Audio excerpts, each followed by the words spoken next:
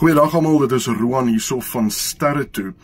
Nou, as jy die ruimtenuus die afgelope 24 uur dopgehou het, het jy 10-1 gesien dat NASA het weer 'n nuuskonferensie gehou waar hulle weer gepraat het oor die lewe op Mars navorsing wat hulle die afgelope jaar nogal baie gedoen het. Nou, so 'n jaar terug het ons op Sterre Toe gesels en dit het nogal die nuus gemaak oor die Perseverance rover wat in 'n sekere krater ondersoek gaan instel het op Mars, waar hulle toe op klippe afgekom het met sogenaamde luiperdkolle op. Nou hierdie luiperdkolle is nie regtig luiperdkolle nie, dit lyk net so, maar hierdie luiperdkolle sien ons ook op klippe op die aarde, maar ons weet dat op die aarde kan daardie luiperdkolle veroorsaak word deur biologiese prosesse. So nou is die groot vraag, is daardie luiperdkolle op die klippe op Mars as gevolg van ook biologiese prosesse?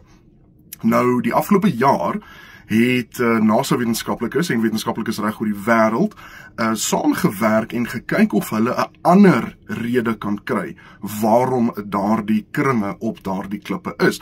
Nou, daardie ringe, sommer net so vir 'n lekker kantlyn gedagte en feit, word veroorsaak op die aarde gewoonlik deur wat ons noem in Engels 'n redox reaksie.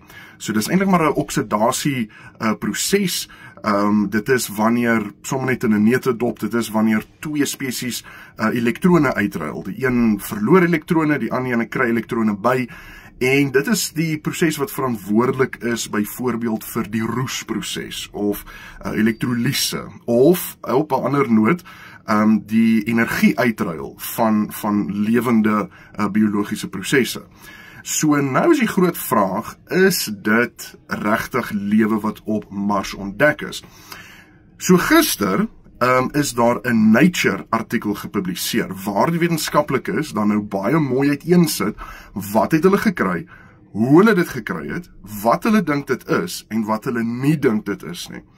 En die kort en die lank daarvan is dat hulle is baie duidelik daaroor dat hulle dink nie hulle het lewe op Mars gekry nie.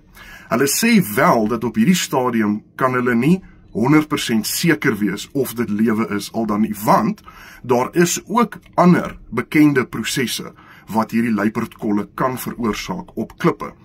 En die groot vraag is die luiperdkolle op Mars as gevolg van biologiese prosesse, is dit 'n biologiese handtekening of is dit dalk iets anders?